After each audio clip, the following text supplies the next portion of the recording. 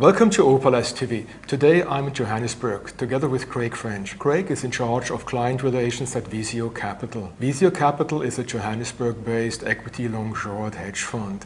Actually, it's one of the oldest hedge funds in South Africa. It's the third largest when it comes to size and the second oldest when it comes to the length of the track record. Visio Capital has a track record going back to 14.5 years.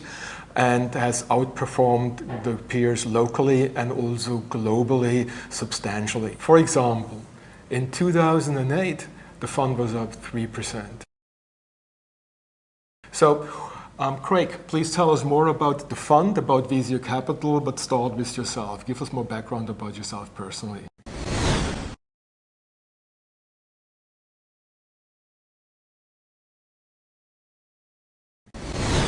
I'm Craig French. I'm the Investor Relations Specialist at Visio Capital. I joined the firm back in 2012. I've known Visio Capital since 2007 timeframe and had invested from London back in 2008, so I've known the firm for a number of years. By way of background, I'm South African. I trained in South Africa, have a BSc, as well as an MBA in Finance from the Stellenbosch Business School. And in 2007, I started in the fund of fund space in London, an interesting time to be going into the hedge fund industry. As a firm, we consulted to CEOs and CIOs looking at hedge fund strategies, both globally and across investment strategies. It was during that time that I started looking at managers in South Africa, my home as such, and that is when I came across Patrice, our founder and CIO. Visio Capital was founded in 2003. We're a Johannesburg-based fund manager. At the outset, the firm was managing South African-focused equity long-short strategies. We had one client at the time, which has been with the firm essentially since 2001 when we launched a segregated mandate for this client. This client is still with the firm today, and that is what we call our Visio One fund. It's a segregated mandate. The team has 12 investment professionals.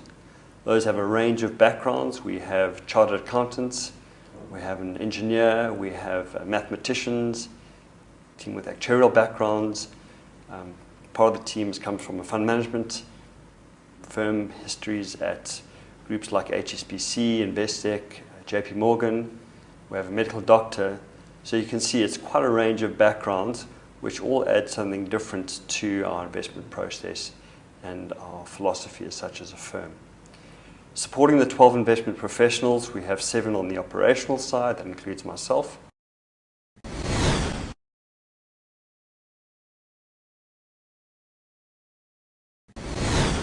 In terms of strategies, the firm launched a long-only unit trust or UCIT type vehicle in 2004, the year after we started the business.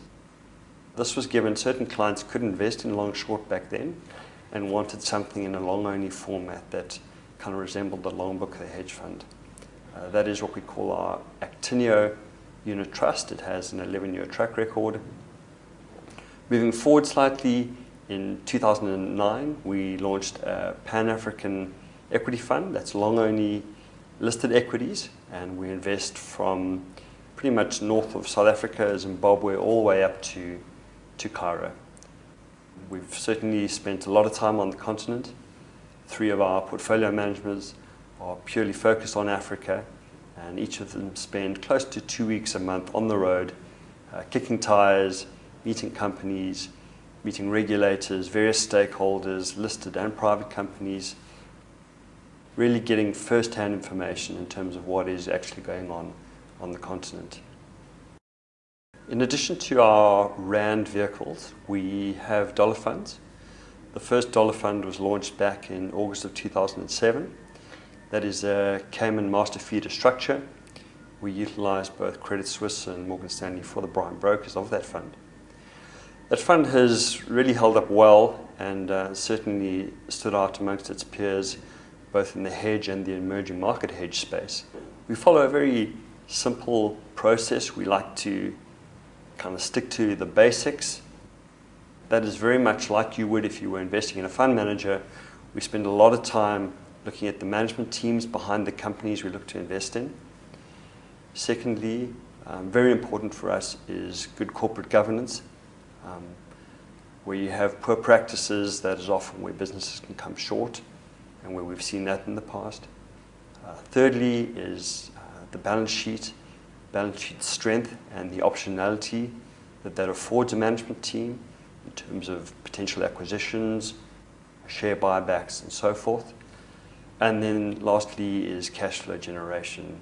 That is really key to what we look for in good, sound companies. So Craig, you and your team, you have substantially outperformed over the years in 2008, 2011, and now 2015. So tell us in more detail, how do you really do that? How have we been able to protect capital like we did in 2008, 2011, and again in this current year, 2015? It really comes down to the level of work that the team do behind the individual companies that will make up the portfolio. We really aim to leave no stone unturned. Our mindset when we're looking at investing in companies is, what is the potential downside if we've missed something? Not only what is the potential upside in this supposed opportunity. I think more importantly, if you look at risk management and how the portfolios have preserved capital over the years, it's really looking at the portfolio mix and the types of companies and ultimately the sector exposure we have in our portfolios. Given the depth of work we can do behind each company, gives us a conviction to size high conviction positions north of 6, 7, 8% at times. We do concentrate the portfolio where the top 10 holdings will easily be 50 to 60% of the gross exposure. And at the same time, given the level of work we've done, we will also have the conviction to stay completely clear of certain sectors if we don't like them, or certainly have short exposure in the fund to those sectors. We have over the years had an affinity and a preference for some more defensive sectors like healthcare that is featured highly in the fund, normally being in excess of 15 and in some cases up to 20% of the fund. In years like 2011, where there were concerns and queries around Greece and its future status within the Eurozone, it didn't really matter too much what was going on up north. We certainly had plenty of exposure to local South African businesses that were quite defensive, the likes of food, the likes of packaging, the likes of logistics, as I've already mentioned, healthcare. And that's really what allowed us to avoid the real downdrafts in the markets, as well as to consistently outperform over time. I think importantly is South African companies are not necessarily only driven by domestic factors. You only need to look at our index at the moment, where around 12% of that is NASPERS, and that's effectively Tencent China on a look-through basis, and that's the largest holding in our pension index as such. So, that's really the Chinese internet stock having a large influence on what's happening in terms of how you would view a South African index performance. Again, it's understanding these companies. We'll leave no stone unturned. By way of example, all team members have been out to China. We see that as essential to try and understand the drivers out there, the impact that they'll have on the continent given the trade relationships, and as such that then translates back into our portfolios and what we deem to be appropriate. I know that activism is also playing some role in your style of investing. So please explain to us in more detail, what's your type of activism? How do you engage with companies, with the boards? What do you do there? And how does it contribute to the performance of your fund?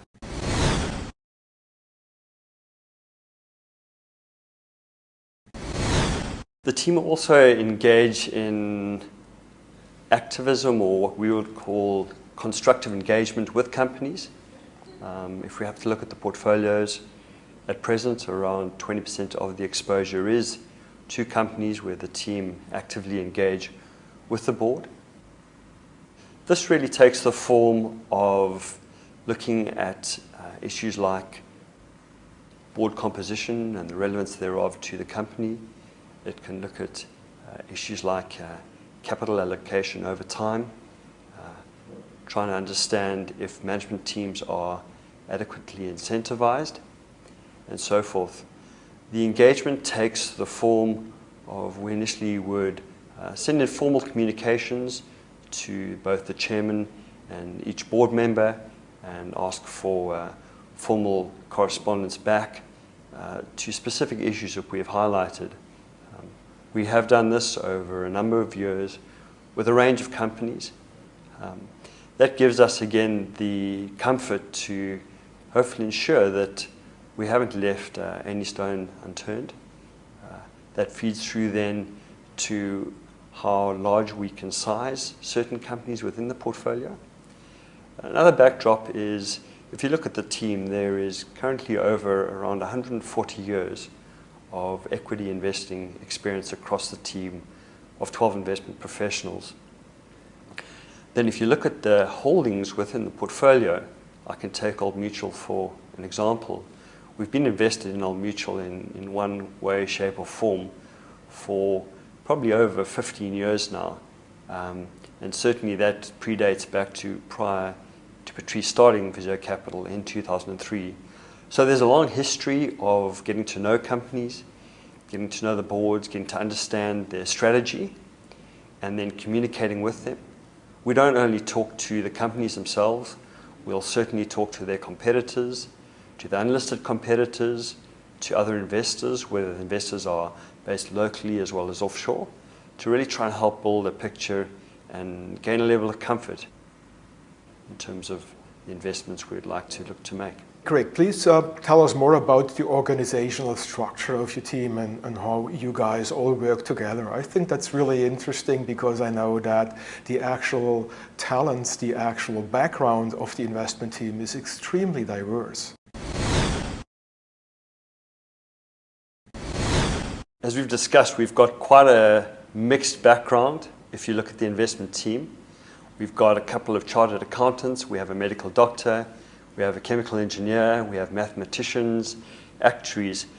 And as you can imagine, these varying backgrounds all look at companies quite differently given their backgrounds, training, and so forth. This is very useful when we come to analyze companies. How we will generally approach things is two analysts will go out together to meet with company management or on a site visit.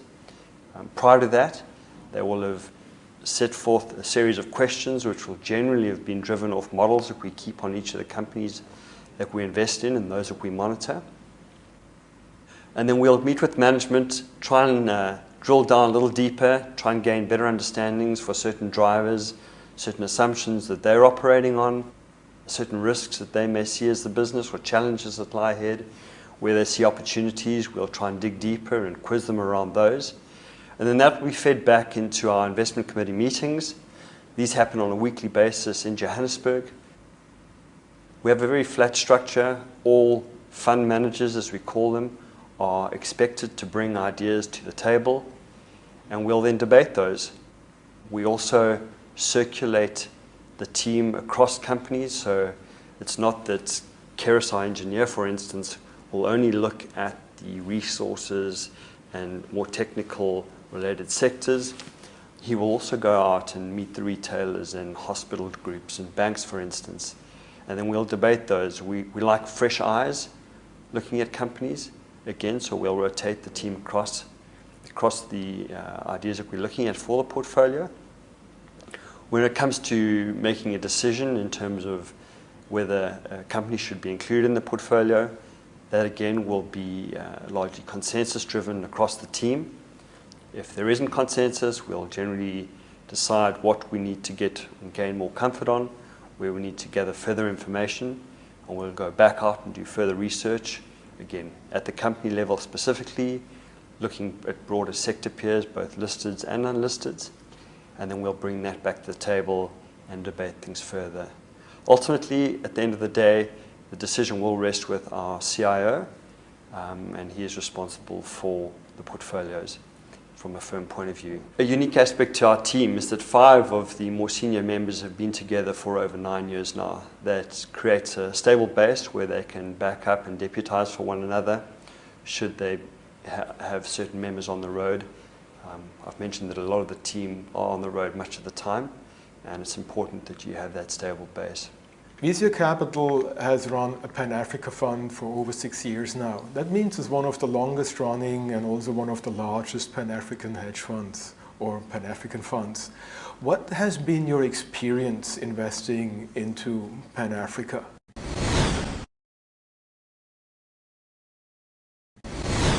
That's right. We launched our Africa Fund back in June of 2009. It's the latest strategy which we've developed from a product point of view. Our Metsi Africa Fund invests from Zimbabwe, so north of our border, all the way up to Egypt. It's a really vast continent with about 52 countries. As you'll be aware, different languages, different tribes, different customs. And looking at a company in Nigeria and how things are managed from a local mindset, customs, cultural point of view will vary considerably to how things are done in Egypt. And then if you have to look further south to areas like Kenya, Tanzania, Ethiopia, and then Zimbabwe and Mozambique, for instance. At present, the bases are low. The universe of companies, there are probably around 800 companies that you can look at across the continent. We will tend to screen those initially on liquidity. How we approach Africa is we have 3 investment professionals headed up by Ronald Chabvanga, who's our CIO for our long-only Africa. Ronald is Zimbabwean, so has a great understanding for the culture and the customs and kind of how business is done, certainly in Zimbabwe and in the neighboring SADC countries. And certainly over the years has learnt a lot about how to kind of transport those skills and apply them to other markets like Nigeria, Egypt, Kenya, and so forth. When you're investing in equities, management teams often try to spin and tell you a good story, and it's really being able to see through that and ask the right questions. And we've certainly navigated the markets well in the last 6 years. It's added a tremendous amount to our domestic South African-based funds, given that so many South African corporates are growing into the continent. Some are only starting now, others have been invested on the continent for over 18 years and are exposed across a number of geographies. From an investment approach point of view, our strategy is the same, whether we're looking at the South African or at the Pan-African equity opportunity set. It's very much absolute return, capital preservation mindset. What we offer at the end of the day is a stable team that offers local know-how, and that's what we see as our advantage, is an information edge against someone from offshore trying to invest into our space. We see the market as less crowded, and that's certainly what our clients, both locally as well as offshore from the US and Europe, see as a less crowded opportunity. That, together with our consistent investment approach, allowed us to generate stable and really outsized returns for our clients over the years.